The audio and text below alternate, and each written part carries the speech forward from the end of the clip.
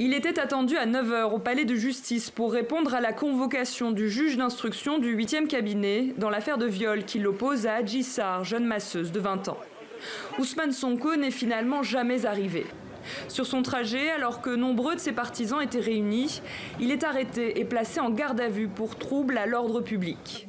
Ses avocats dénoncent une violation de ses droits. La procédure expéditive, la procédure de trouble à l'ordre public est une procédure de flagrant délit.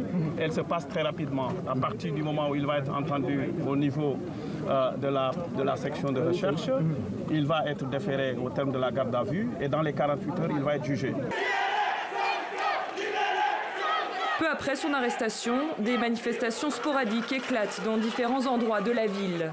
Et des affrontements opposent partisans d'Ousmane Sonko et forces de l'ordre massivement déployées dans la capitale. Les protestataires dénoncent un complot ourdi par le régime. Depuis 2012, on assiste à un système oligarchiste qui, en tout cas, passe tout son temps à traquer les oppositions. Ça ne passera pas au Sénégal. Nous, on est là, on est des jeunes. Nous sommes prêts à mourir. Aujourd'hui, on donne notre vie.